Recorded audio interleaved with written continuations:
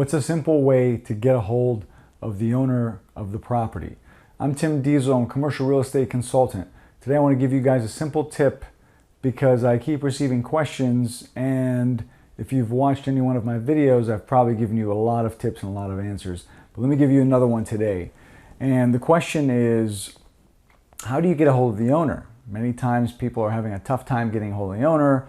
Maybe they find the information and for some reason they don't get a response. So getting a response is something entirely different. Whether you get a response or not, you really never know, right? That's subjective. Getting a hold of the information, the owner's information, and sending him or her or the business, sending them your intent is a totally different thing. So here's a trick that I've used. I haven't heard it really talked about too much. I know I may have shared it with a few of you. Some of you call me up, you text me, email me. It's totally cool. There's not a problem with it.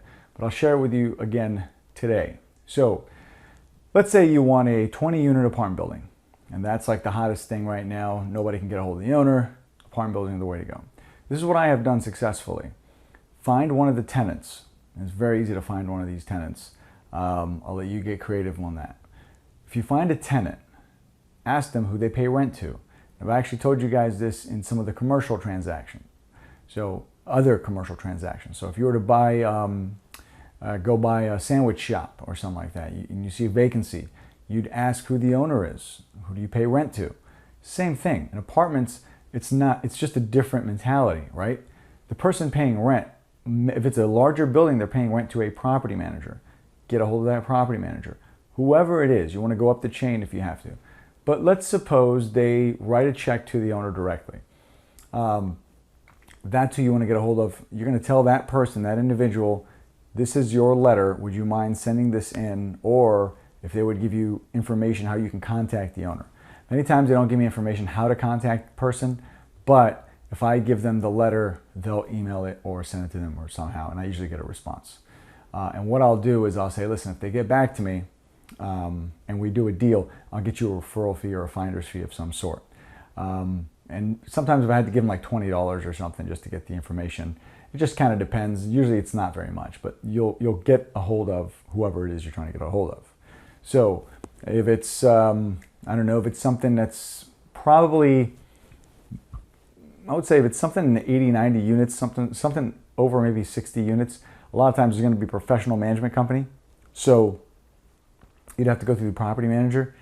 And here's the interesting thing. So the property management companies, if the building is for sale, they want first dibs usually, right? So sometimes it's in their contracts where if the seller is going to sell, they get a piece of the action, or they have to go through them of some sort, something like that. Or they get to be the agent, or however they phrased it. But many times they're involved. So keep that in mind when you're going to the property manager.